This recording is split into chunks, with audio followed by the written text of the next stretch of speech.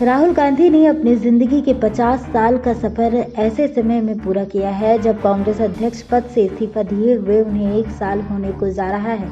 लेकिन अब तक पार्टी न तो राहुल को दोबारा पदभार संभालने के लिए मना पाई है और न ही उनका कोई विकल्प तलाश पाई है।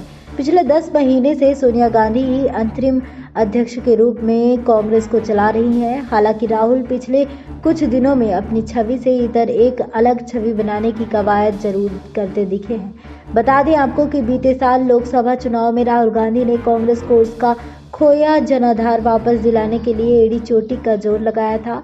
लोकसभा चुनाव में 2 माह 8 दिन के चुनाव प्रचार में राहुल ने 148 रैलियां की, लेकिन देश भर में कांग्रेस को महज 52 सीटें मिल सकी। इसके बाद हार की जिम्मेदारी लेते हुए राहुल गांधी ने कांग्रेस अध्यक्ष पद से इस्तीफा दे दिया। उन्होंने तब कहा था कि वो अध्यक्ष के रूप में काम नहीं करना चाहते, लेकिन पार्टी के लिए काम करते रहेंगे। नया अध्यक्ष खोजने के लिए राहुल ने कांग्रेस को 1 महीने की मोहलत दी थी। राहुल गांधी के इस्तीफे के बाद कुछ दिन तक तो यही पता नहीं चल रहा था कि कांग्रेस में अध्यक्ष का पद किसके पास है। कांग्रेस के नए अध्यक्ष के लिए पार्टी के कई नेताओं के नाम पर चर्चा होती रही, लेकिन हफ्तों की माथापच्ची के बाद कांग्रेस के अंतरिम अध्यक्ष के तौर पर फिर से सोनिया गांधी को कमान सौंप दी गई। इस तरह से 20 महीने के बाद अगस्त 2019 में दोबारा सोनिया गांधी पार्टी की अध्यक्ष बनी। सोनिया गांधी अपने पहले अध्यक्षीय कार्यकाल में बहुत सफल रही थी, लेकिन अब वे 73 साल की हो चुकी हैं और अस्वस्थ होने के चलते पार्टी को भी उतना समय नहीं दे पा रही हैं जितना पार्टी अध्यक्ष के रूप में उनसे अपेक्षित है।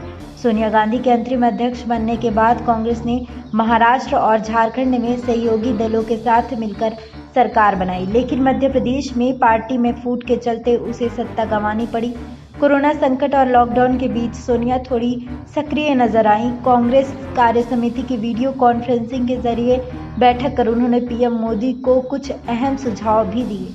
कांग्रेस के साथ दुविधा की स्थिति इसलिए भी है कि अगर वो दोबारा राहुल को कांग्रेस अध्यक्ष पद पर लाना भी चाहे तो उसके लिए कोई माकूल वजह उसके पास नहीं है। सवाल उठेंगे कि आखिर राहुल ने इस्तीफा दिया क्यों था, और अगर दिया था तो अब ऐसा क्या बदल गया कि वो दोबारा पार्टी अध्यक्ष बनने को राजी हो गए हैं। यही वजह है कि पिछले 1 साल से लगातार राहुल गांधी से अध्यक्ष पद संभालने की अपील पार्टी नेताओं द्वारा अलग अलग स्तर पर होती है, लेकिन पार्टी और राहुल खुद इस पर चुप्पी ही साधे रहे हैं। कोरोना संकट और चीन सेना से हुई हिंसक झड़प ने राहुल गांधी को एक राजनीतिक अवसर दिया है, जिससे वो अपनी छवि संजीदा और संवेदनशील नेता की बना सकें और वापस विपक्ष की राजनीति में केंद्रीय भूमिका में आ सकें। कांग्रेस नेता भी ये बात समझ रहे हैं। वे लगातार ये बात प्रचारित कर रहे हैं कि राहुल गांधी देश में कोरोना संक्रमण के संकट को समझने वाले और उससे सावधान करने वाले पहले नेता थे। ऐसे ही चीन को लेकर जिस तरह से उन्होंने सवाल खड़े किए हैं, उससे भी उनकी गंभीरता बढ़ी है। बता दें आपको कि 31 जनवरी को राहुल ने कोरोना को लेकर पहला ट्वीट किया, हालांकि उसका संदर्भ चीन से था। 12 फरवरी को राहुल ने भारत पर मंडराने वाले कोरोना संकट की तरफ सीधे तौर पर जताया। उसके बाद से वे ट्विटर पर लगातार सक्रिय हैं। 15-16 मार्च के बाद के घटनाक्रम ने राहुल को सही साबित किया। राहुल गांधी भी कोरोना को लेकर अपने रुख को बेहद सियासी समझदारी से तय कर रहे हैं। उनके ट्वीट सरकार को घेरते हैं, लेकिन उनका लहजा आक्रामक न होकर सुझाव देने वाला होता है।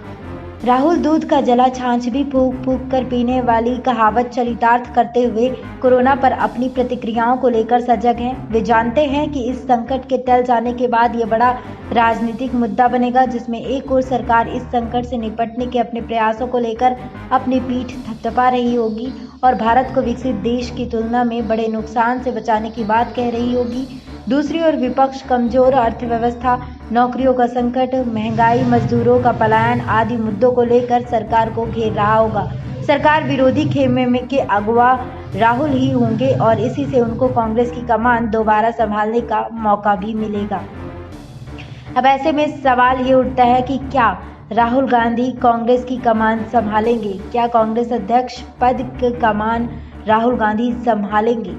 SPN 9 न्यूज रूम से श्रुति की रिपोर्ट।